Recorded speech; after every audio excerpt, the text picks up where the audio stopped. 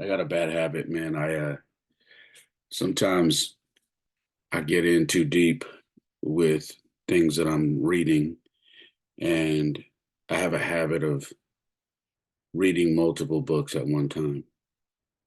And because I have that habit, I sometimes do audiobooks because it's just easier for me to read a book and then do an audiobook at the same time. If you're like me, you have a long list of books that you want to read. And to be honest with you, time is of the essence, and sometimes it's easier to read one book physically and do the audio book of another. That way you can just knock them out as much as you can. I love to read, man, and if I can sit down and have a physical copy of a book, uh, I will, and I will sit and read it. Other times I will try to do the audio book because I am knee deep in one, and I'm trying to get this other one done as well. If I like the book, I'll go buy a copy because I always want to support. So that's what I've been doing, man. I started thinking about that tonight because I had a conversation with somebody today, a couple hours ago, and they were asking me what I'm reading, and I pulled my bag out in this little bag that I carry, and I have three books in there. One of them is let's see, The Mastery of Self. Let me see if you can see that right here. Bam. All right. If you're on YouTube, you can actually see it. The Mastery of Self by Don Miguel Ruiz. This is a really good book. If you're familiar with the Four Agreements, he also wrote that. This is a good book to check out. I am close to being halfway done with it, but this is the book that I'm currently reading right now, Mastery of Self. The two books that I am carrying around regularly are As a Man Thinketh by James Allen. This is a very short book. If you're on YouTube, you see it's very thin, but this book is super powerful. I carry this book around as a refresher all the time. All right, so this is a good book just to have on you. It's very, very informative for being such a small book. And the other one that I am taking my time reading because I mean, he chose the smallest font in the world to type this book in. So there is so much on each page that, and it's so deep that it's going to take me some time to really take it all in and really research what I'm reading as I'm reading it because it's just a deep book. It is 12 Rules for Life. Let me put the 12 Rules for Life by Jordan Peterson. So that's the other book that I'm carrying around. All right. But the main one I'm reading right now is The Mastery of Self. So I highly recommend you check those out. Um, but earlier today, I finished the audiobook of Curtis Jackson's Hustle Harder, Hustle Smarter. If you're not familiar with Curtis Jackson, that is the rapper 50 Cent. I am a huge 50 Cent fan, and not for the reasons that you would probably think, as a rap artist and whatnot. I have been a fan of 50 Cent before he actually signed to Shady years ago because I was just really big on how he was attacking the music industry from an independent standpoint and how he attacked the mixtape scene when he was young and trying to get on. And he took a very unique approach to the music industry because he wasn't getting, the shot that he felt like he should have gotten. But then as he got signed, I noticed how smart and intelligent he was. He was street smart. Everybody, I think, who follows 50 knows that. But he wasn't just some street dude like who wasn't trying to elevate to the next level and become corporate smart. I caught on very fast when they released that DVD with his album when it was released. I watched that DVD and I could just tell by the way he was carrying himself and how he was talking about his deal and his new album and where he came from. I could tell that this guy was not just going to be a rapper, that he was going to be something else that was going to be here for a very long time. And So I have not got a chance to read his first book, which I'm going to do, but this one I found on Spotify and it was the audio version. And I was like, you know what? I got to read this. I mean, I got to listen to this. So while I'm, working throughout my day, I got my headphones in and I'm listening to this thing. And this book is absolutely amazing. So I'm definitely buying the hard copy um, because I just want to support. I know he doesn't need my money, but I have this vision of when I'm a very old man of having this. I love books so much, but I want to have this room that just has all the books that I read, and I just want it. I want to collect it. So I will be buying this book. Again, it's Hustle Harder, Hustle Smarter by Curtis 50 Cent Jackson.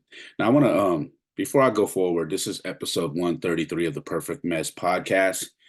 And yeah, so we're moving along, man. I'm gonna read some of the chapters and I want you to listen to these titles and then we'll talk a little bit about it. He's got chapter 1, Finding Fearlessness. Chapter 2, Heart of a Hustler. Chapter 3, Constructing Your Crew. Chapter 4, Knowing Your Value. Chapter 5, Evolve or Die. Chapter 6, Power of Perception. Chapter 7, If We Can't Be Friends. Chapter 8, Learning from Your L's. Chapter 9, The Entitlement Trap. Now, I'm telling you about the chapters because each one is powerful in its own right. There were moments where I found myself rewinding an entire chapter because I wanted to hear what he was talking about again because it stuck with me. And I wanted to make sure that I picked up the little tidbits that he was dropping. I mean, he was dropping gems throughout this entire book. But if I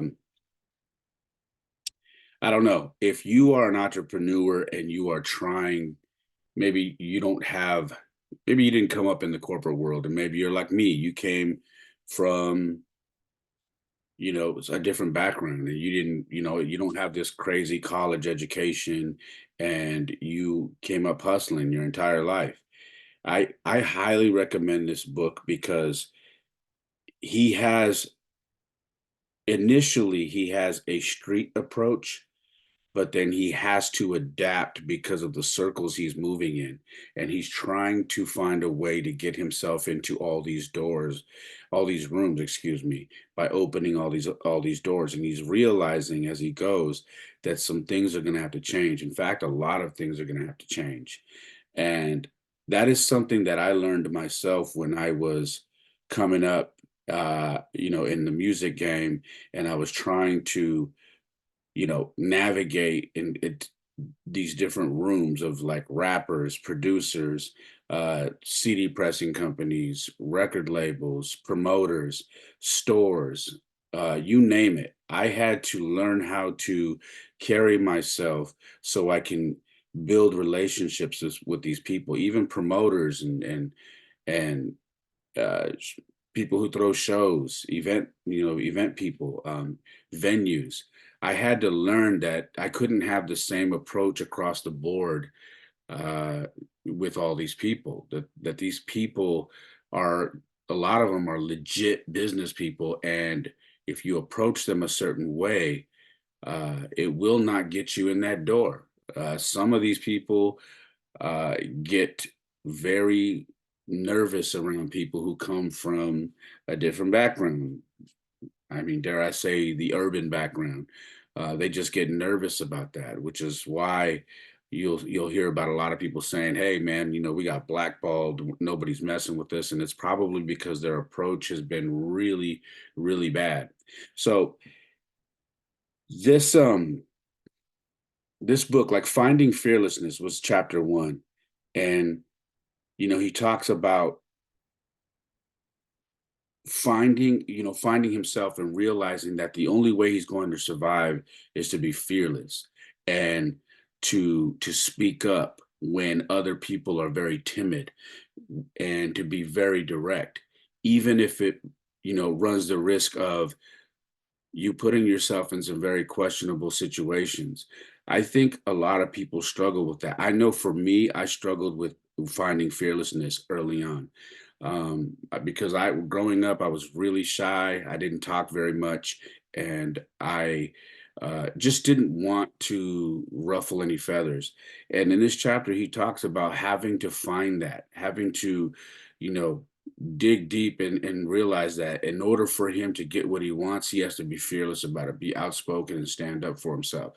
He talks about, losing, his mom at a very young age, and just really not having anybody in his corner to where, you know, he had to get out there and get it. And in order for him to get out there and get it at such a young age, he had to be fearless. And I think when you are an entrepreneur and you're trying to build something or you're trying to do something, you have to be fearless. You have to take chances. It's very, very important. I think it's necessary.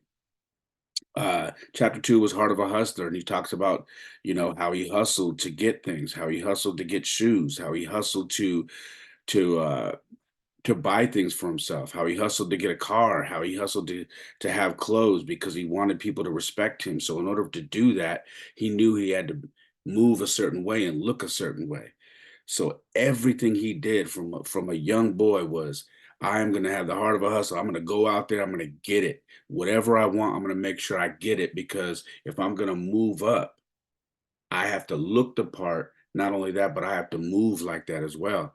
So he was talking about how, he would take opportunities to be a lookout for the local guys out there who were moving dope and whatnot. And of course, nobody here is encouraging people to do things like that, like move dope or anything. But this is I'm giving you the references as to how he's talking about his life. So he would take on, a job of like standing on the corner and keeping an eye out, letting people know the cops were coming and all that. So he was learning how to hustle, and they would give him, I think he said, $75 a day. So he was making that money, and then he was taking that money, flipping money, doing all these things. It was All of these things happened to him at a very young age. He talks about constructing his crew, about getting, a people around that from the neighborhood, to really, make his to create his movement and whatnot. Now he also talks about later on in there how you have to dismantle the crew, because there's just some guys in the crew that are not going to understand how you're moving, and their mentality is a street mentality, and they're not realizing that you are now trying to move to these other levels, and you can't have that mentality. So he talks about how these relationships with people that he had early on in his life ended up falling apart, and not that he was intending for them to. It was just he realized that he couldn't expect certain people to adapt the way he was adapting, because they just weren't used to it. Um, so he he also talks about knowing your value, and I think that that's a big thing when it comes to. You don't even have to be an entrepreneur. This could be in everyday life. If you know your value, you are not quick to jump on anything. You're not quick to jump at any offer that is thrown your way, whether that be a job offer, because he does reference a job offer. One thing I want to tell you guys is he always references other things. So someone who maybe is not a rapper, not an entrepreneur, not in the entertainment business, he always brings it back down to the everyday person, and explains, like, know your value. If you're at a job interview and you know what you're worth, and you know that you're going to bring value to this company, then you don't accept certain things. You don't jump at the first deal that they offer you, or the first salary they offer you. You negotiate, or you act like you don't need it and you walk.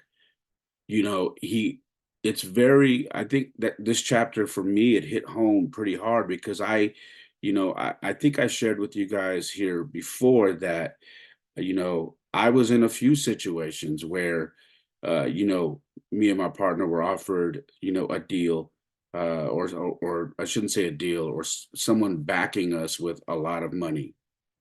And I ended up walking because the guy wanted 51% of the company and give me 49. And that basically made me and my buddy his employee. And I wasn't willing to do that. and I stood my ground. Now it was the hardest thing for me to do because I knew in my heart of hearts, I was like, man, I could really use that money. We could use that money. My family could use that money.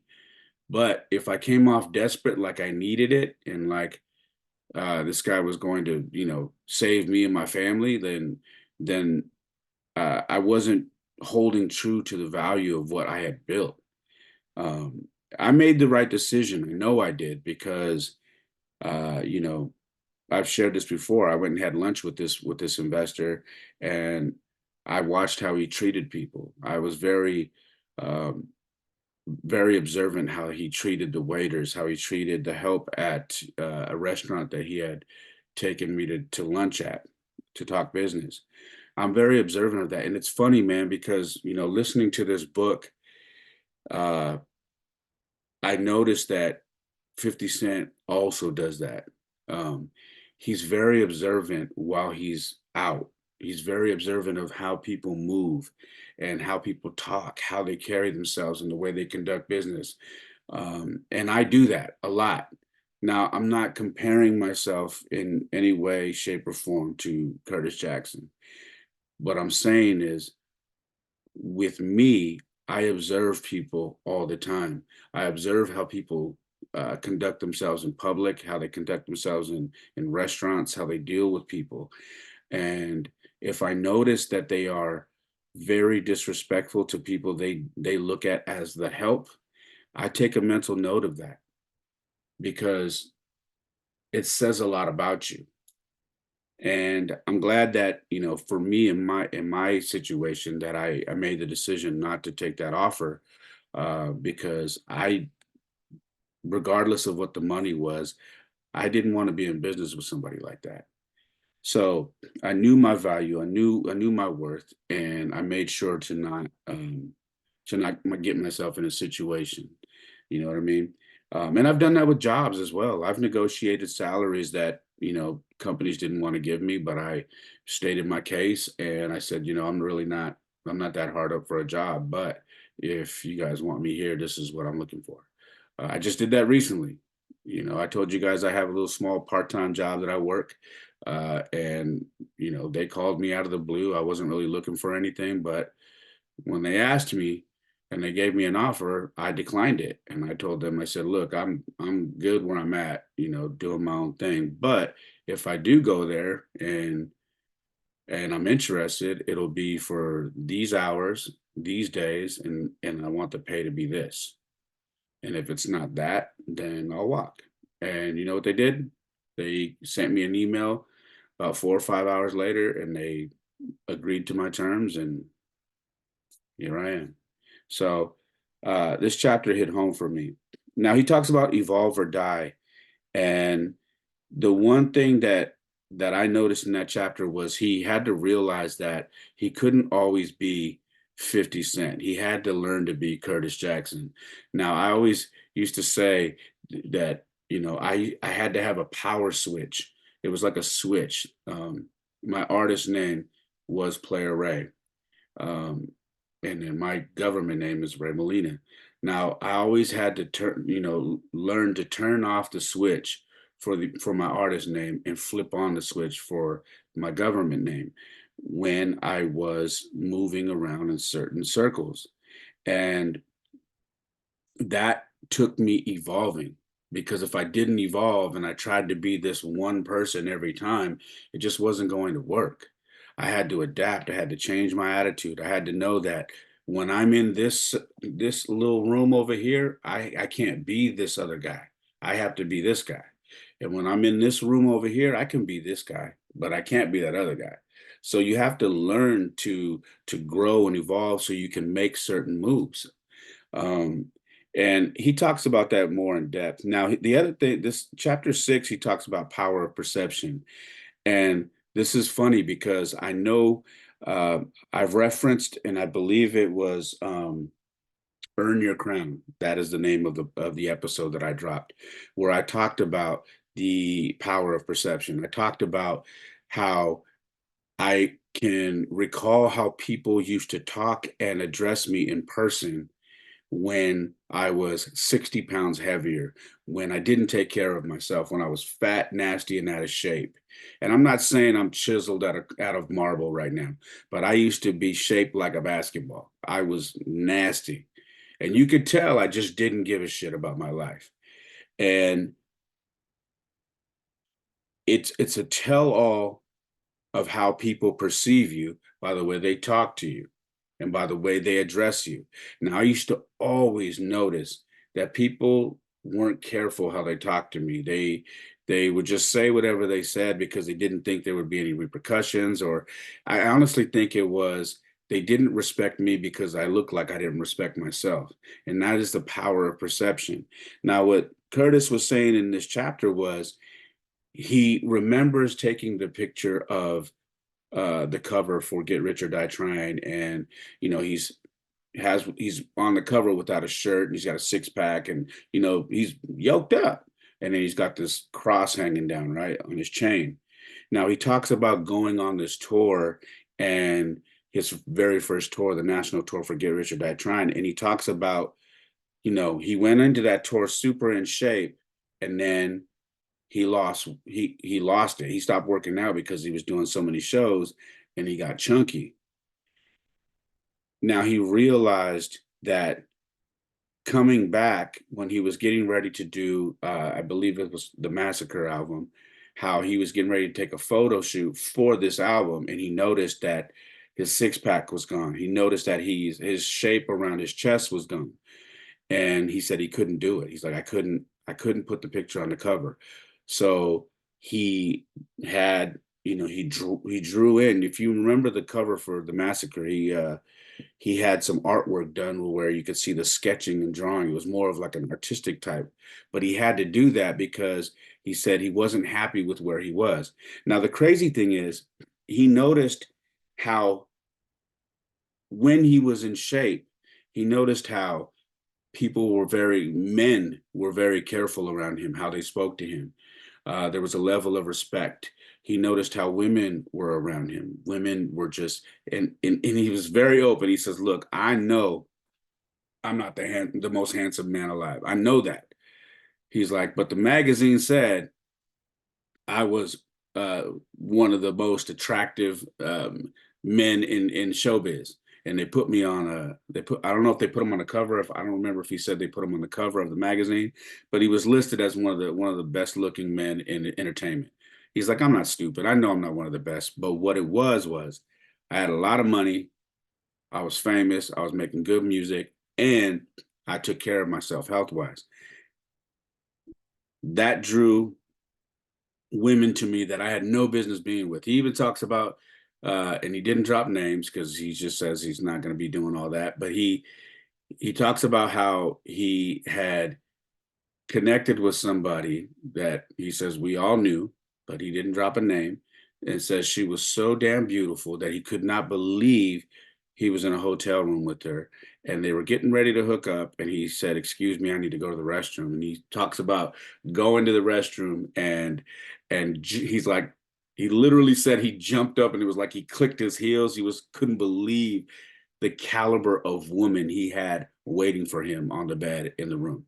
And he said he was grinning from cheek to cheek, and just blown away. But he knew it was the power of perception. It was him literally taking care of himself, staying in the gym, staying carved up, staying active, doing what he did, and it works. Not just for women, but it also worked on how men in meetings would talk and approach him. They would listen to his ideas more. Why? Because it showed that he has discipline. It showed women, this guy has discipline. This guy wakes up, takes care of himself, is on his shit.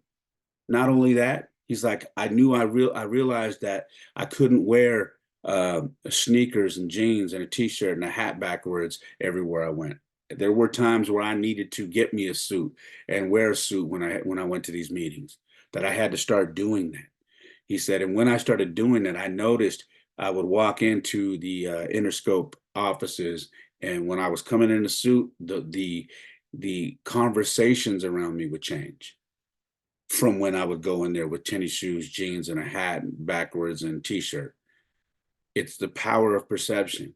Now, I've said this on my episode, Earn Your Crown, where I said, I noticed something when I started taking care of myself that I didn't get a whole lot of disrespect anymore. I didn't get a whole lot of people saying or acting real reckless around me, because it was more of like, oh, this dude takes care of himself. I should be a little bit more respectful because this guy doesn't live his life like a fat slob. This guy actually has a regimen. He wakes up and goes to work and does the work, and you can tell. Maybe I should be a little bit more respectful when I talk to this guy. I see it. I see it.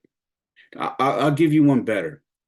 I talked to my son about this, my oldest son, about this book today. And I said, let me ask you something. Do you find yourself in your head sometimes when you're out in public, when you see someone who's your age who is extremely out of shape and not taking care of themselves? Do you ever find yourself looking at them going, damn, man, if this kid knew, like if he got into the gym and just went consistently every day, like he would love his life so much more. Like it just, man, he's like, I do, Dad. He goes, it's not like I'm talking down, but I know what it did for me, and he goes like, and I kind of feel like if this kid had somebody to do what you did with me, take me to the gym and take me running and whatever, like he would be he would be happier with his life because he would be in better shape and he'd feel more confident. I said, right. That's the power of perception. You're looking at somebody and maybe the kid is happy, but because you've done the work and you've changed yourself, how much better he would feel and the opportunities that he would have if he took care of himself. My son even told me that. But I noticed it myself that I had to, if I didn't look like I respected myself, why should anybody else respect me? If I looked like I didn't care about my appearance or care about myself in general, like why would anybody else care? 50 Cent literally says he noticed how the things would change when he walked in a room. I noticed conversations how they changed when I walked in a room after I started taking care of myself. When someone would see my Instagram and be like, when I would run into them, like, damn, bro, I saw you did 1,000 pounds on the leg press. That's crazy, bro. When'd you start doing that? Or last year, I threw up, I think it was 265. That's the most I've ever benched. I threw up 265 for my birthday. And someone that I hadn't seen in a while was like, yo, I saw that video on your thing for your birthday. 265 and you're almost 50? That's wild. The conversation changes when you start taking care of yourself. People perceive you a certain way just by looking at you. Regardless if you like that or not, it's the truth. People look to see, can I get over on this person? And if you look like someone they can get over on because you don't care about yourself, or you at least give the perception that you don't care about yourself, they're going to try and get over on you. Everywhere in life, they will. A mechanic, you go to take your car to a mechanic. If you just look like some dude who smokes cigarettes and drinks a 32-gallon, a 32-ounce Coke in the morning and eats freaking junk food all day and just don't care. But if you walk in there and you look like you're on your shit and you look healthy and you look like you take care of yourself and you come in there and you tell them what you need, and trust me, you will notice. They will only try people that they look at and perceive as weak. And that chapter is very powerful. That was chapter 6, Power of Perception. Chapter 7 was actually pretty funny to me because it's called If We Can't Be Friends. And it's very simple. he talks about how he came into the industry and he wanted to be friends with people. Like he initially, when he started building relationships, he said, I wanted to come into this business. I wanted to make friends because I knew that I needed networking. I needed connections to do the things that I wanted to do. But if we couldn't be friends and you didn't want to be my friend, can we be enemies? And when he said that, I couldn't understand what he meant by can we be enemies? And then it made sense because he started talking about how he had an issue with Oprah Winfrey, that Oprah, every time she talked about hip hop and she talked about how she hated it and the things that were in music that were disgusting, he said it was like she was talking about everything that was on my album. And he said, so I would diss her every chance I get. I'd talk about her, I'd do all this. He goes, but what I really wanted was I wanted to be on her show. And I knew she wouldn't have me. She made it very clear. Um, but then he talks about how he runs into one of her friends, one of her good friends, at a party that he probably shouldn't have been at. He said, but he was there and he was trying to, schmooze with the with people in the right, types of business he was trying to get into. And uh, she comes up to him and says, hey, why are you dissing Oprah? And he says, no, I'm not dissing her. I'm just saying, this is the reason why I'm upset when she says these things about hip hop. He goes, but honestly, I want to be on her show. He goes, and he goes, and if she doesn't want to be my friend, then ask her this. Ask her if we can be enemies. And Gail's her name. She was another person. She's the one that did the R. Kelly interview. So Gail says, what do you mean? Can she be your enemy? He said, well, if she doesn't want to be friends with me, at least be my enemy. And what he meant by that was, if we can't be friends, at least be my enemy. So I'm still the topic of your conversation.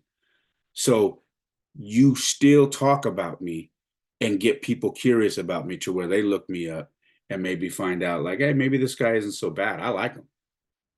So everything was about getting attention drawn to who he is and what he's doing.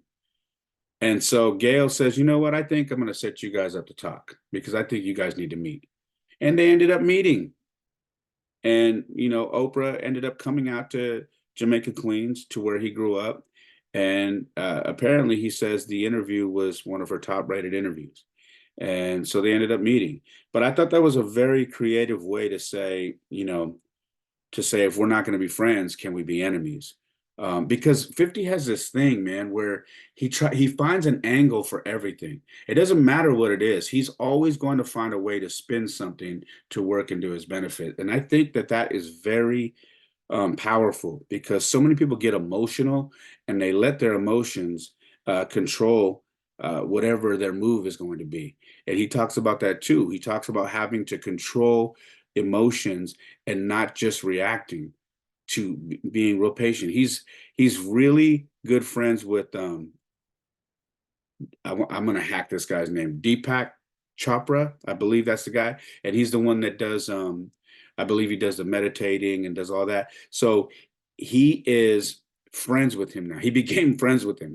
He talks about how crazy that is coming from where he's from, but he became really good friends with him, and this guy has taught him about controlling his his his feelings and being able to move without just throwing emotion out there and reacting. So he talks about that a lot. Anyways, then he talks about learning from your L's.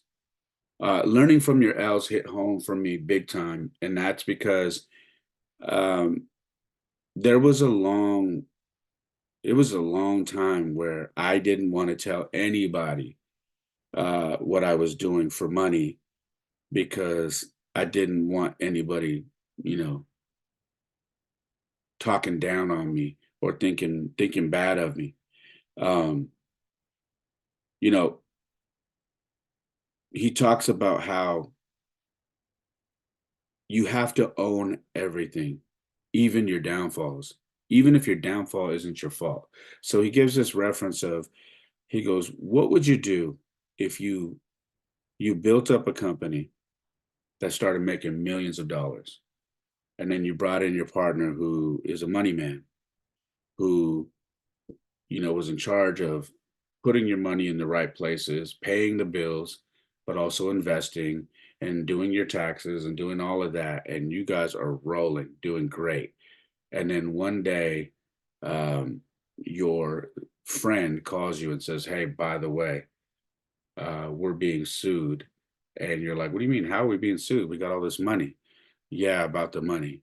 And he's like, "What are you going to do if your friend tells you he's had a drinking problem and a gambling problem or a coke problem for the last 3 years and hasn't paid the taxes and hasn't paid the bills, and your money is completely gone and you're screwed? Are you going to act emotionally? Are you going to want to put hands on him?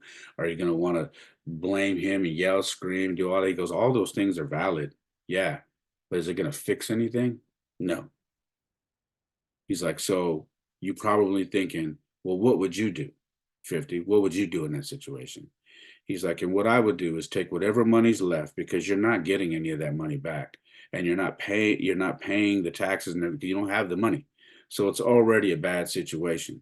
Take whatever money is left, go on a vacation for 2 weeks. Don't think about anything. Get your mind right, get clear, enjoy yourself. And then when you come back, get back on your grind and start over again with a clear mind." He's like, "And I know that that is hard for you to hear, but if you love what you do and you believe in it, you're willing to do whatever it takes." And these are his exact words. "Whether you got to drive for Uber at night and work on your dream throughout the day, you got to deliver food, whatever it is, you do it with no shame. You learn from your L's, because even though that your partner was the one that messed up, that's still your L. Because if you don't do anything about it, you're the one that takes the loss. It affects you more than it affects anybody else. So it's still your L, and you have to learn from it." So he says, drop your pride and do whatever it takes to get you back to where you need to be. And do not be ashamed of it. And for me, that was pretty deep, because I lost my job, the job that I was at for a very long time, and I didn't know what to do. They gave me a little severance package, but that doesn't last long, especially when you have kids. So I became an Uber driver. I started driving for Uber, and then I started driving for Lyft. And that's when I started, creating my business of my media company, where I would, design and print stuff. And then I started tour booking. I started doing all that stuff. But while I was doing that, I was, driving for Uber, driving for Lyft. And even now, I don't do those things anymore, but I still do the side hustle stuff where I will go and deliver things. I use the apps to create an extra, income stream to continue doing what I'm doing. So I will go deliver packages. I will go deliver food. I will go deliver I will do all these things to make sure that I'm still capable of chasing my dreams. I will take that part-time job that I just took. Now, if you notice, I still have an element of freedom, because I'm not at that job on the weekends, and I'm not at that job for a whole day. I'm only there a few hours a day. So I still made sure to hold true to chasing what it is I'm doing. And hearing someone like 50 Cent say, learn from your L's and do whatever it takes, that's encouraging. Yeah, I don't have, you know, a goal to be where 50 Cent is. For me, I'm very humble. I don't need all that money, but I do have goals. And I do whatever it takes to keep the money in, coming in. I do. If you live where I live, Silicon Valley, or you heard about it and you're not from here, you can look it up. It is expensive to live here. It is not funny. So I've gotten to a point where I don't have any shame for hustling and doing all these other things to keep the money coming in. because I learned from my L's. So this chapter hit home for me. Uh, Chapter 9 was called The Entitlement Trap. And there are so many people that are entitled in your life. And he talks about how uh, everybody around him just felt like because they knew you or related to you, were related to you, that they were just entitled. They felt like every time they called you or seen you, they could ask you for money because, hey, you got it, right? That they didn't have to work. You know, why do I have to go work for it when I got you? You're related to me. Shoot it to me and I'll get you back. Just entitled. Not just family, but friends and whatever. Everybody has an idea. Yo, got this idea about a business. I just need you to invest in it so we can get it going.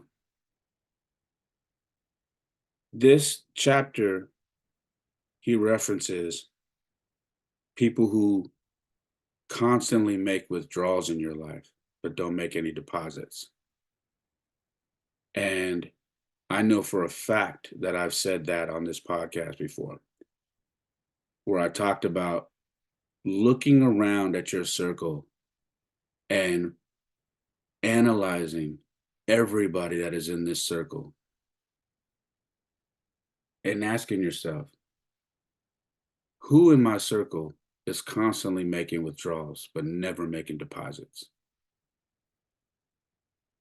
You may be surprised at the people you come to find out are never depositing for you. That is a very, very difficult moment because there are a lot of people that were in my life years ago that are no longer here because I took some time to sit back and realize, I deposited as much as I could. And I'm not talking about money, guys. I'm talking about conversations, advice, time, effort, help, physical, like being there to help them do something, sometimes money, but most of the time, just being there for whatever, always depositing, never getting it back in return, or not even close to the amount that you were doing. And when I started doing that, I noticed my circle just started going smaller and smaller and smaller and smaller to where it is now.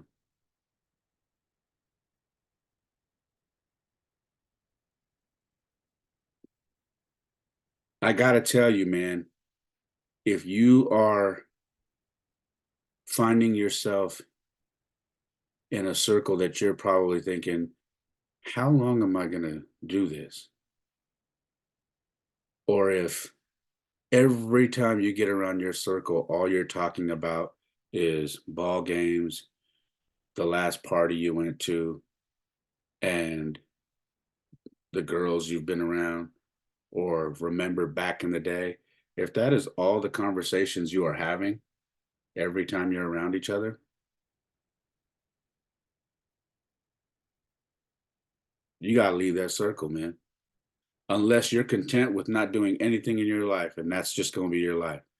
But if you are someone who has an ambition to be something better than that, be bigger than that, to break the chains of what your friendships used to be and what your family used to be and try to be something greater, you've got to be in a room where people are talking about making money, making moves, staying active, taking care of themselves, working out, reading, being active, raising your kids, taking your kids on vacations, taking your spouses on vacations, starting a business, investing. You have to be in a room of people that are constantly trying to grow, have ideas. Because I'll tell you what, man, I spent a long time being in that circle where all we talked about was the ball games, the baseball game, the football game, the basketball game, all over drinking, all over barbecuing, talking about the old days. Remember when so and so was this? So remember that girl you used to have back then? Damn, that don't get you anywhere. All it does is keep you in the same cycle of just regurgitating the same shit every year.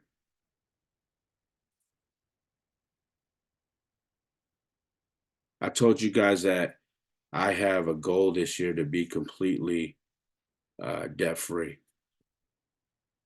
And I'm not going to lie to you, man, it is hard.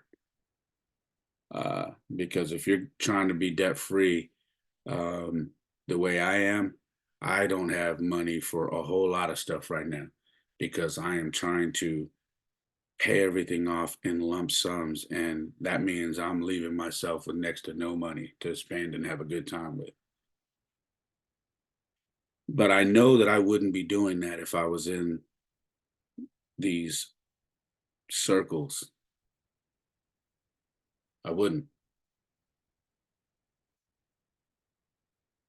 Getting back to the entitlement, if you are around people and they feel entitled to whatever you've hustled and worked your ass off for, get away from those people, man. Get away because they're going to drain you spiritually and they're going to drain your wallet. And you got to get away from feeling like you owe somebody something because you're going to end up paying and paying and paying for something that you don't need to be paying for the rest of your life. I've talked about being, being thankful for people who've done certain things for me, but I'm not going to pay for that my entire life. You're not going to hang that over my head my entire life. If I told you I'm thankful for you for it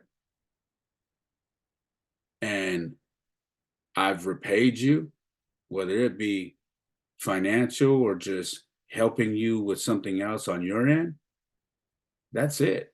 I'm not going to continuously be beaten over the head, uh, about something that happened years ago that you still feel like I should be thankful for and that I need to stay around you for. It's not going to happen. You know, I always read, and I'm going to try and do as many episodes about the books that I'm reading or listening to as much as I can. I'm going to try and do them regularly because I want to encourage all of you who listen to this podcast to if you're not a reader, get into audiobooks. One of the biggest things that I want to do with this podcast is I want to teach. I want to give you guys information that's going to help you. And if that means passing along a book name or something that I read or listened to that I think you should listen to that's going to help you become a better person, I'm going to do that. That's why I shared the 3 books that I carry around every day. And that's why I'm sharing this audiobook that I listen to. It took me 2 days to listen to this audiobook. I highly recommend it.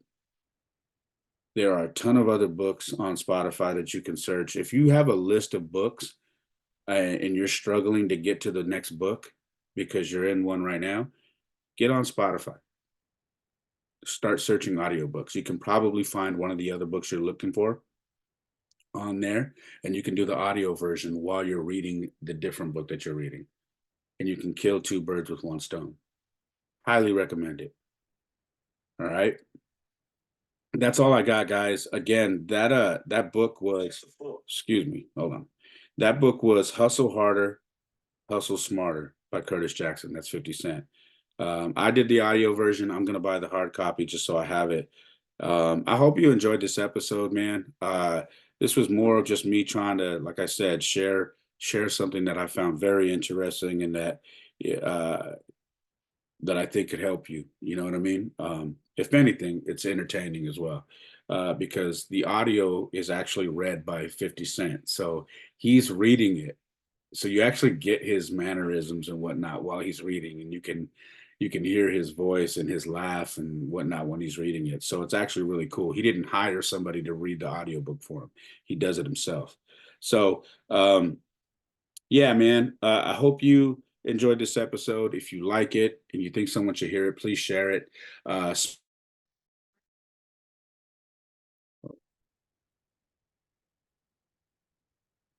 Yeah, smash the like button. Um, I had a glitch on my computer real quick. Anyways, smash the like button, the review, leave a review, comment, um, and if you're on YouTube, subscribe and uh, and hit that notification bell to get any notifications for videos I put up.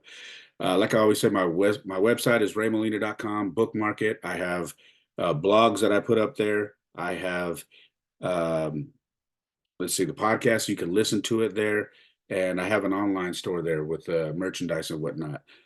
So please check it out. Again, that's raymolina.com. If you want to follow the podcast on Instagram and TikTok, that is at the Perfect Mess Pod. And you can follow me, my personal page on Instagram and TikTok. And my name is at It's Ray Molina. All right. The YouTube is youtube.com/the perfect mess pod. Be sure to subscribe and hit the notification bell. What else?